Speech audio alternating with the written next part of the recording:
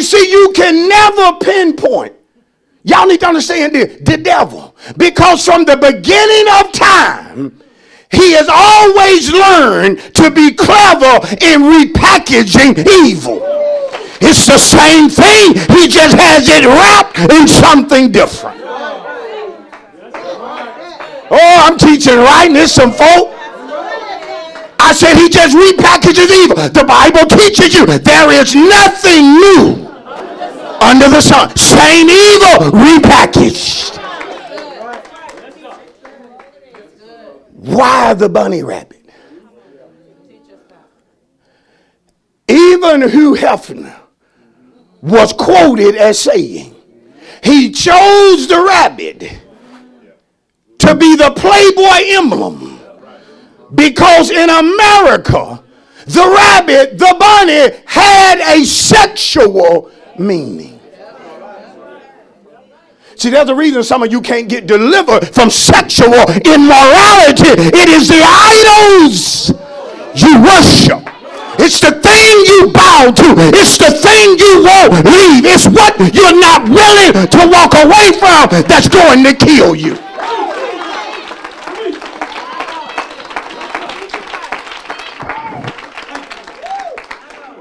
See, the Canaanites worship Asheroth, the god of fertility. The rabbit is considered one of the most fertile animals when it comes to breeding.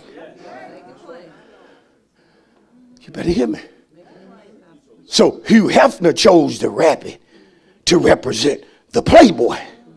And here comes Satan, knowing he has to do something to get the people's mind off of resurrection. See, on folk mind right now, or what should be on folk mind if we doing our job as Christians, is that Jesus died and rose again. That as he got up, you can get up and you can get out of sin. You can come out of bondage. You can come out of your mess. Why? Because he got up.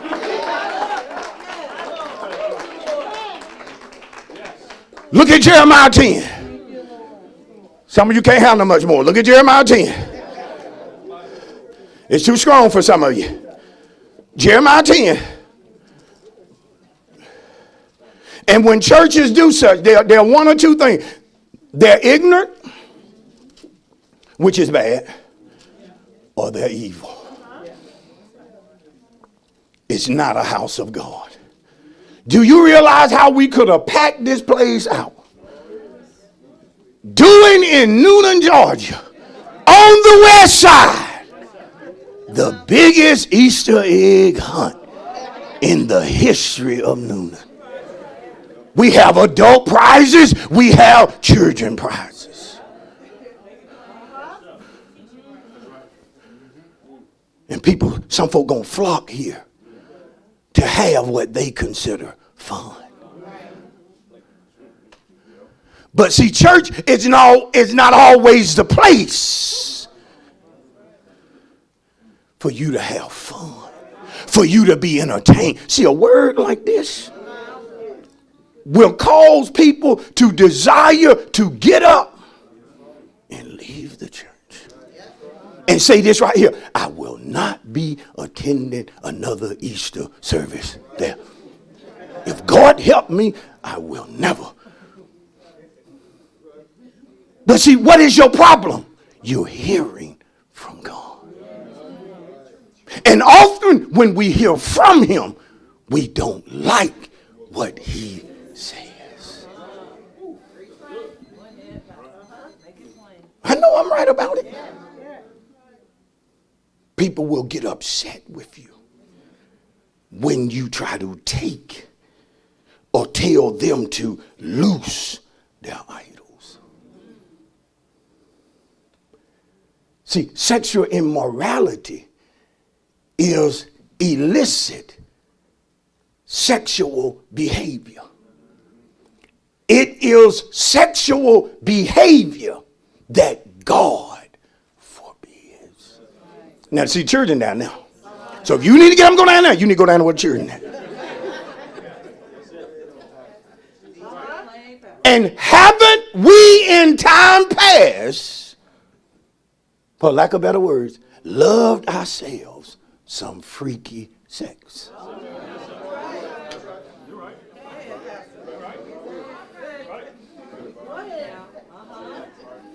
I saw you shooting down now. Why is he saying it? Because somebody's caught up in it now. The world will turn you out. And the reason you can't make your way back to God, why don't you tell the truth? Why don't you stop talking about church hurt and start talking about what you can't let go? What's got your nose, as the old folk used to say, wide open. This is the problem God has with homosexuality.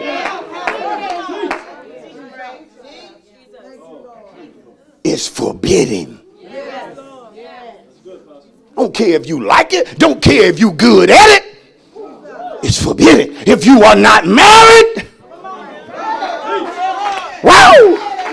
If you are not married, God says it is forbidden. I told you New Year's Eve night, the world is ascending into deep darkness. A lot of it surrounds sexual immorality. All of this sex trafficking.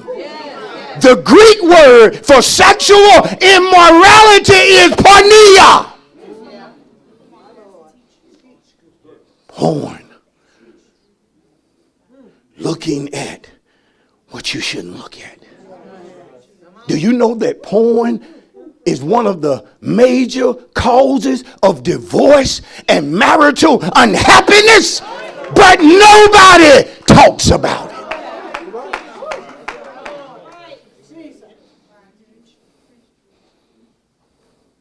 You can't do what you're supposed to do when it's time to do it.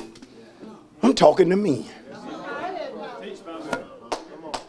Because of what you entertain, or what you set before your eyes. And so that makes you a minute man. And you're not able to do what God ordained for you to do. I'm finna close. The LGBTQ just passed the first law in the state of Washington State, where in 2025, in all public schools, they must teach LGBTQ history in all public schools. And all of it's coming this way.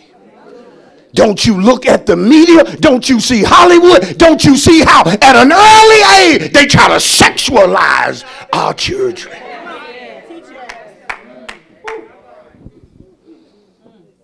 Jeremiah 10. I'm closing. See, intelligent saints will flee idolatry. Got to come out of it. Got to come away from it. Notice the problem. Jeremiah 10. I'm closing. Jeremiah 10 and 1. Hear the word which the Lord speaks to you, O house of Israel. Thus saith the Lord. Do not learn the way of the Gentile or the way of the heathens or the pagans. See, the problem is once you learn the way of the heathen, the only way to flee idolatry is that you must unlearn what you learned. You must turn away from what you have been following. Why is that important? Isaiah 57. Oh, Lord. Talk to us, Pastor. I'm talking to you in this close. I'm talking loud. I'm talking clear. And I'm speaking with great boldness. Isaiah 57:13. This is the reason you can enter into some so-called houses of worship, and there is no power in the house to deliver because of the idols that men have set up in that place. And you can actually turn God's house into what God never ordained for his house to be. You remember what Jesus told them for in the gospel? He said, my house should be called a house of prayer. Come on, y'all. But you have made it a den of what? Feet. You made it that. You created it something. You turned it into something it never should have been. That's when you look at some churches now, you can't tell whether you're looking at a club or you're looking at a house of worship. And the sad thing with people is they sit in the congregation loving it. Dog sanctuaries. I don't want to go in no dog sanctuary. I want to worship in the dark. Women half dressed on the praise team. Come on, how is a true man supposed to worship? You got a sister up there showing all that. Well, if he's saved, he shouldn't be looking. Come on now. He saved us, but he didn't blind us.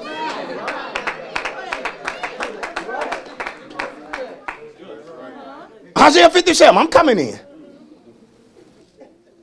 See, because God ain't pleased with the church.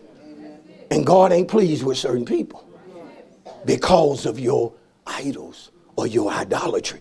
Now notice what he's saying in Isaiah 57:13. When you cry out, it's God telling Israel, you're going to need some help. Oh, you're going to need some help. You're going to need me. Oh, I wish some of y'all that ain't scared of folk would just tell somebody, say, you're going to need God. Y'all ain't preaching that way I want you to preach it. I need you to look at somebody else and tell them, you're going to need God. Woo, look at somebody else and say, I ain't scared of you. You gonna need God. Somebody shouted, I need God. If you mean it, shout, I need God. Look what God says to people. Somebody better listen. We attend too many funerals. We attend too many services where people are putting folk in heaven who didn't live nothing on earth. Now man can put you there, but you're really not there.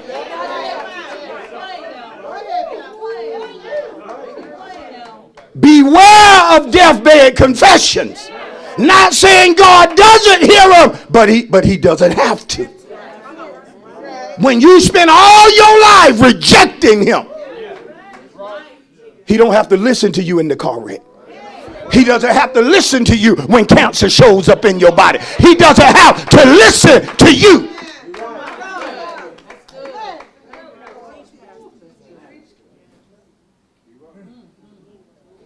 Nobody in here gonna get in trouble, need deliverance, and go to PetSmart and buy you a rabbit.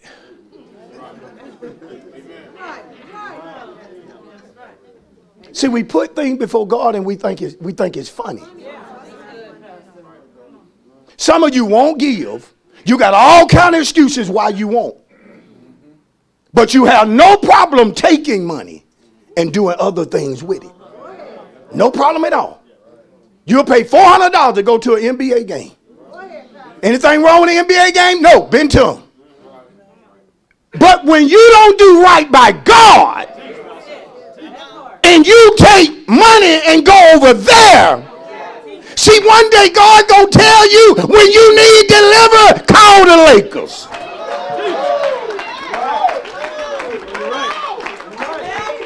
Email LeBron. See, will he send you something?